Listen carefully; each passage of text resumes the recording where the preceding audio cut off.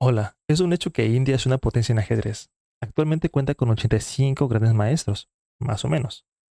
Pero no siempre fue así.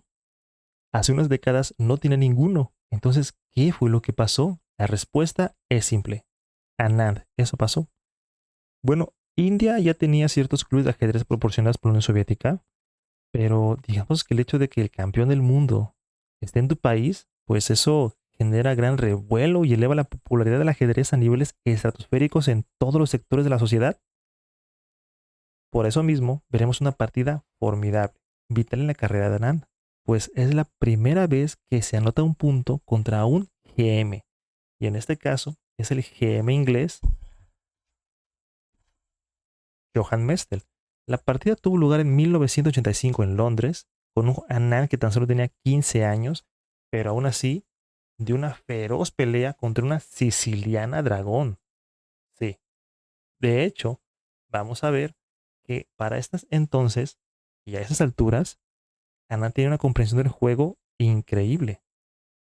Pero, ¿quién es Johann Mestel? Bueno, no es ningún random. Me parece que fue campeón del mundo sub-16 en 1974. Y antes del encuentro con Anand, ya había sido campeón dos veces de Gran Bretaña.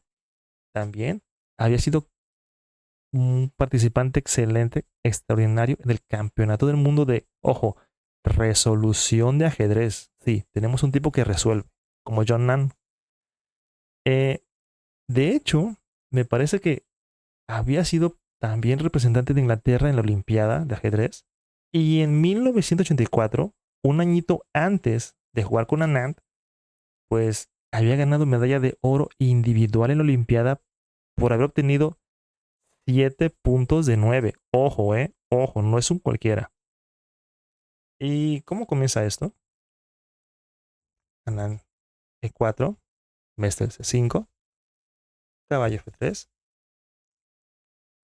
C6, a romper con D4, caballo captura D4, caballo F6 y caballo C3. Una siciliana abierta, común y corriente, pero aquí viene la trampa. Bueno, el veneno, no sé cómo decirlo. G6, una dragón. Para ese entonces, Anand decide hacer alfil E3. Sí, vamos por ese diagonal. Alfil 7, F3. Ya está cantado el tiro. Vamos a ir con todos los peones como avalancha. Y además, evitamos que el caballo nos haga algún truco para quitarnos el alfil. Sí, ese alfil hay que cuidarlo. Enroque. Dama de 2. Listo. Podemos atacar si queremos. Caballo C6. Ahora bien, tal vez tú y yo enrocaríamos, pero Anand decide hacer, por supuesto, G4. Uy, Mestel decide hacer alfil. Sí, C6 se ve raro, pero tiene una intención, tiene un truco. No te asustes. Anand decide enrocar. Y aquí viene el truco del alfil. Caballo viene a E5. ¿Cuál es el truco del alfil? Bueno, lo ideal para negras sería que el caballo se colocara en la casilla C4 para así poder dobletear estas piezas y quedarse con este alfil y explotar la ventaja de su alfil negro. Pero para eso necesita hacer un cambio, el de este alfil. Por eso intenta poner este alfil aquí, justamente colocar su caballo al final ahí. Pero Anand no tiene pensado eso. Decide ir más allá, amenazando con pues, una avalancha de peones. Ese es el famoso ataque yugoslavo. Bueno, pues en este punto, Messel decide intentar hacer el cambio, forzar el cambio, mejor dicho. Pero Anand decide rehusarlo. Mestel decide colocar su alfil en A6, lo cual no está muy atractivo, pero pues bueno, le sirve supongo. Ahora, ¿qué jugada harías tú si fueras Vishy Anand? Bueno, probablemente todos haríamos una mala jugada, pero Vishy Anand es un genio, así lo dijo Kramnik. Y a pesar de que nos daría mucho miedo lo que viene, Vishy Anand hace justamente B3.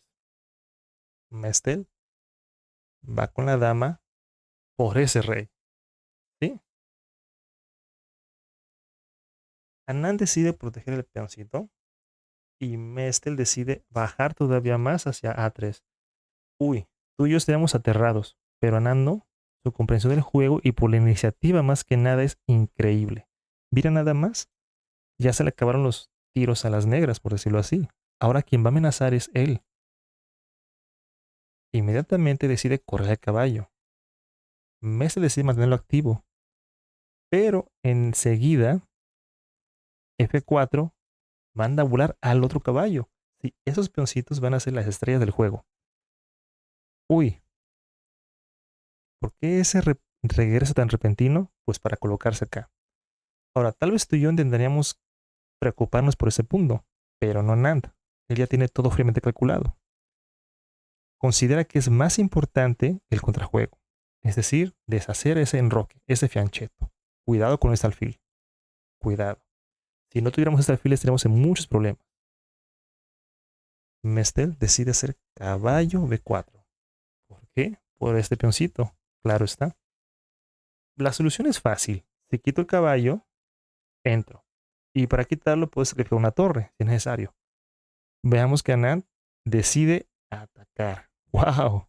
Esos son nervios de acero. Se recupera y a continuación viene el genio, la jugada más hermosa de toda la partida y espero que tú también puedas intentar verla. ¿Ya estás de regreso? Así es, sí o sí, caballo F5. ¿Qué es esto? Es increíble. Bueno, si bien tal vez las computadoras o los análisis o los postmortem o los libros digan otras sugerencias, no lo sé, ar caballo, bueno, eh, es un hecho que este alfil va a desaparecer, se acabó, no hay otra opción. Ese alfil eh, se va a ir y nos quedaremos con el alfil y controlaremos la diagonal. Eso es increíble. Pues bueno, en, en la partida Mestel tuvo preocupación por este punto, así que decide defenderlo con torre. Es un hecho que este alfil se va a ir sí o sí. Así que va, caballo come alfil, rey come caballo, y en efecto, vamos a ver que las jugadas que vienen ahora son muy naturales. Rey con dama. Uy, aquí hay unas opciones. Podría regresarse, podría exponerse que el alfil corre la dama, etc, etc. Pero el anhelo de Mestel es poder deshacer ese caballo, entrar al menos. Y si te preguntabas, oye, ¿qué pasaría si en algún momento, en vez de cambiar el caballo, ¿por qué no mejor comía? Bueno, tienes razón. Eh, podría hacer que hubiera un jaque y parecería intimidante una torre por acá, pero tome en cuenta que estás en la línea del mate, o sea, no, no creo que sea muy, muy sano. Así que no, no es muy conveniente querer hacer eso ahorita. Por lo que una vez que recaptura caballo, la pregunta es cómo se quite jaque con dama. Bueno, Mestel decide hacer, por supuesto, E5. Ahora, ¿qué harías tú en este momento? ¿Correcto? Dama por D6. Bien, es obvio que la intención de Anand es buscar la manera de deshacerse de ese rey antes de que este caballo sea capturado. Está compitiendo contra reloj. O sea, prácticamente en 2 turnos, torre, torre, en 3 ya está acabado. Entonces, ¿qué es lo que está pasando aquí? Bueno, Mestel decide hacer justamente torre C8. Uf, y aquí la pregunta es, ¿qué harías tú? Por supuesto, tenemos un peón fuertísimo. Dama F6. Ahora, la pregunta del millón para algunos es, la pregunta es, ¿funcionaría hacer algo como esto para evitar que entre la dama? No mucho. Recuerda que este peón está a punto de avanzar. Si la dama se quita, sería justamente a esta casilla, sí, C7 para poder recuperar y entrar a su debido tiempo, aprovechando el hecho de que este amigo, pues, está listo para molestar a la torre. Y en caso de que el peón tome, este al fin controla la diagonal que, bueno, le da en su torre al rey.